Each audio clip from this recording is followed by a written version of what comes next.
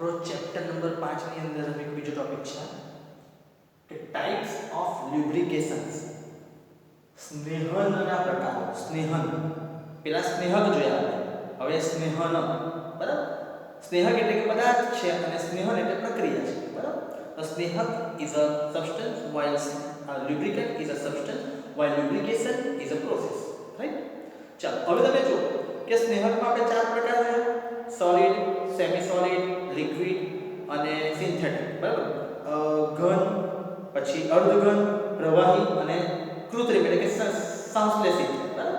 હવે આની અંદર બે પ્રકાર છે સ્નેહનના પ્રકાર છે, ટાઈપ્સ ઓફ લ્યુબ્રિકેશન. તો ફ્લુઇડ ફિલ્મ લ્યુબ્રિકેશન એટલે કે તરલ પડ સ્નેહન અને બીજું છે બાઉન્ડ્રી લ્યુબ્રિકેશન એટલે કે સીમાવર્તી સ્નેહન. સૌથી પહેલા આપણે આ તરલ પડ સ્નેહન કોને કહેવાય એ જોઈએ. બરાબર. ફિગર બતાવો તમને જરા ધ્યાન આપજો. દેખાય છે? આજે આપણને એક ફિગર બતાવી છે. હાની છે? તરલ પડ સ્નેહનની છે. બરાબર. It's a fluid film lubrication. બરાબર. તો જો આની અંદર કે જે બે સરકતી સપાટી છે. બરાબર. કે આ જે એક છે, આ એક અને આ બીજી, આ બે સરકતી સપાટી છે. બરાબર. આમ આમ આમ આમ થયા કરતું હોય છે. બરાબર.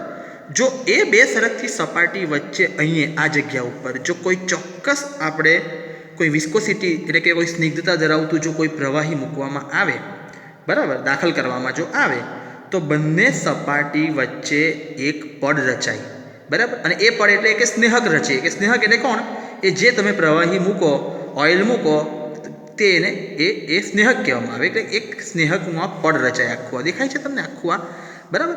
હવે જ્યારે સ્નેહકનું પડ રચાય ત્યારે બંને સપાટી વચ્ચેનો સંપર્ક થતો અટકી જાય, જેથી સપાટી વચ્ચે ઘર્ષણ અટકી જાય. બરાબર. આપણે મુખ્ય આ કોઈ પણ લ્યુબ્રિકન્ટ એટલે કે સ્નેહક પદાર્થ ઇન્ટ્રોડ્યુસ કરવાનું મુખ્ય કારણ શું છે, મુખ્ય ફંક્શન શું છે કે બે સપાટી વચ્ચે જે ઘસારો લાગે ને, ઘસારો નહીં લાગે એના માટે આપણે સ્નેહક દાખલ કરીએ છીએ આપણે. બરાબર. તરલ પડ સ્નેહન જે છે, બરાબર, એમાં જે પ્રવાહી સ્નેહક વાપરવામાં આવે, બરાબર, એ સરકતી સપાટી વચ્ચે રહીને શું કામ કરે? બે સપાટીને એકબીજાથી અલગ કરે. કારણ કે બે સરકતી સપાટી વચ્ચે એક પડ બનાવી દે. એટલે બંને સપાટીને કોન્ટેક્ટમાં નહીં આવવા દે, સંપર્કમાં નહીં આવવા દે. બરાબર. એટલે આ એક આના માટે બીજું એક એક્ઝામ્પલ જો તમારે લેવું હોય તો હું તમને બીજું એક એક્ઝામ્પલ બતાવું કે એ છે આયુ.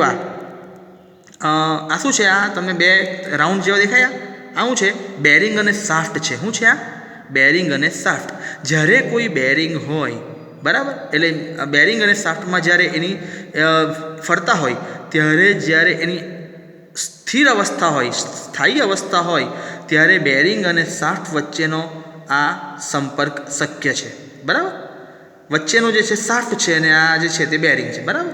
તો એ બેરિંગ વચ્ચેનો સંપર્ક શક્ય બને. પણ જ્યારે એ ગતિમાં હોય ત્યારે શું થાય કે એ ગતિમાં હોય ત્યારે બેરિંગ અને શાફ્ટ વચ્ચે આ એક પ્રવાહી સ્નેહકનું પડ રચાઈ જાય. અને પ્રવાહી સ્નેહકનું પડ રચાઈ જાય એટલે બે વચ્ચે જે ડાયરેક્ટ સંપર્ક થવો જોઈએ થાય નહીં અને ડાયરેક્ટ સંપર્ક અટકી જાય, જેથી ઘર્ષણ થતું અટકી જાય. બરાબર. અને શાફ્ટ બેરિંગનું આયુષ્ય વધે.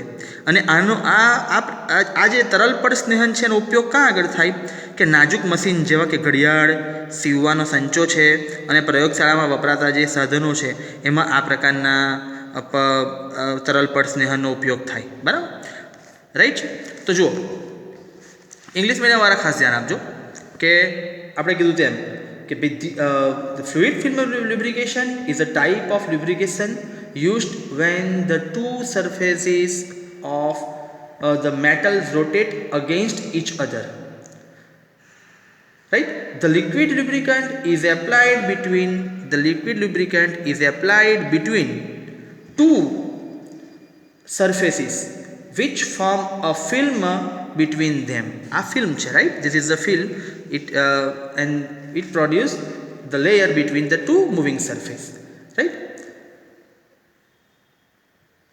The lubricant film covers irregularities of the sliding or moving surfaces and thus form a thin layer between them. Right? Under this condition, metal to metal contact is avoided and the frictions wear and tear are reduced. This is called fluid film lubrication. and this type of lubrication is provided in case of delicate instruments and light machines like watch, clock, gun, sewing machines, scientific instruments, etc. Right? This is another example of shaft and bearing. When it is in stable condition, then metal to metal contact is possible. But it is in moving condition, then metal to metal is not consider metal to metal contact is not possible, and there is a layer of the lubricant between the shaft and bearing, so the friction is reduced and the machine will be a durable, right? So uh, this is all about the fluid film lubrications, and uh, one more point is the boundary lubrication. આપણે તરલ પર સ્નેહન જોયું બરાબર. હવે બીજું જો point છે આપણે બીજું સ્નેહન છે સીમાવર્તી સ્નેહન છે. કયું છે? Is a boundary lubrication. અને ખાસ યાદ રાખજો કે આ બે માંથી તો એક્ઝામમાં બંને પૂછાય અથવા એક તો પૂછાય યાદ રાખજો. હવે બાઉન્ડરી લ્યુબ્રિકેશન છે એના વિશે આપણે જોઈએ. 2 મિનિટ હું ફિગર બતાવું તમને.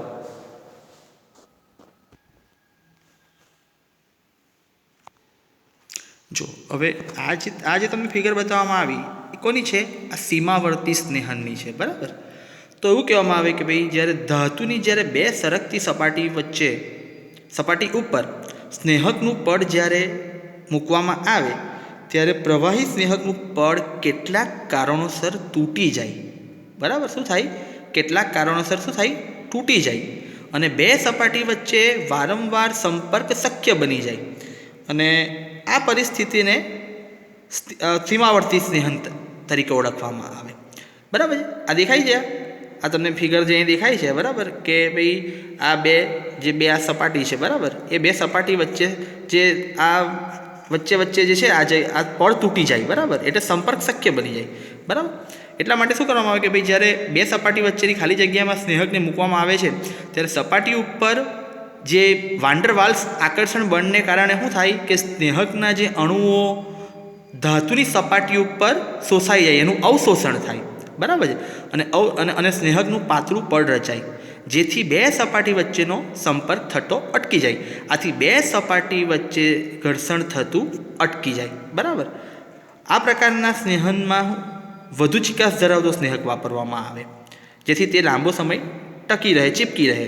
અને આ પ્રકારના સ્નેહકમાં વપરાતા સ્નેહકો મોટે ભાગે ફેટી એસિડ ધરાવતા તેલ અથવા તેલમાંથી બનાવેલ સાબુ વગેરેમાંથી બનાવવામાં આવે બરાબર છે.